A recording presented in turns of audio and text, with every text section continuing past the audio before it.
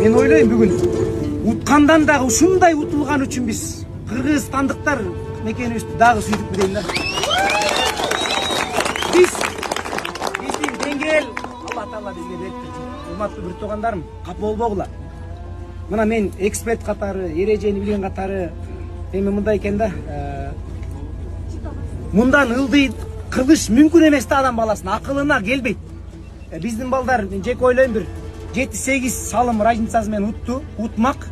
Бирок эч кейбегиле, кайгырбагыла.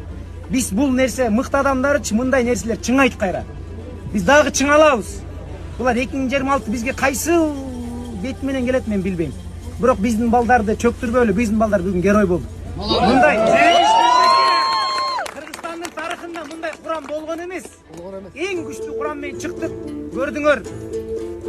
Биз судьялар тартты деп чычалап ыйлабайбыз.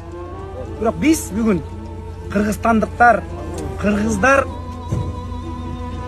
келечегибиз өтө кең экенин көрдүк да. Кудайым буйруса жаштар мекен үчүн кызмат кылалычы.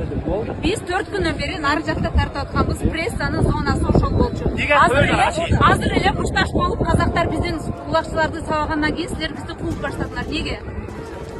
Казактын 10-чу номердеги улакчысы биздин 8-чи номердеги улакчысы. Бизде